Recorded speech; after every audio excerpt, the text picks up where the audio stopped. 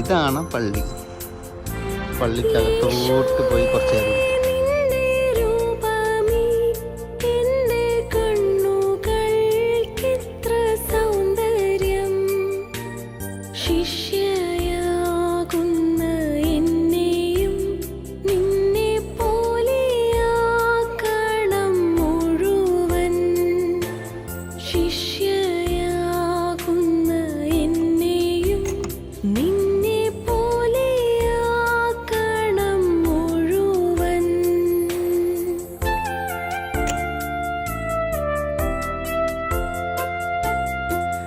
കുറേ നേരം പള്ളിയിൽ ഇരുന്നിട്ട് പുറത്തോട്ട് ഇറങ്ങിയപ്പോൾ ആണ് വെയിലിൻ്റെ തീവ്രത മനസ്സിലായത്.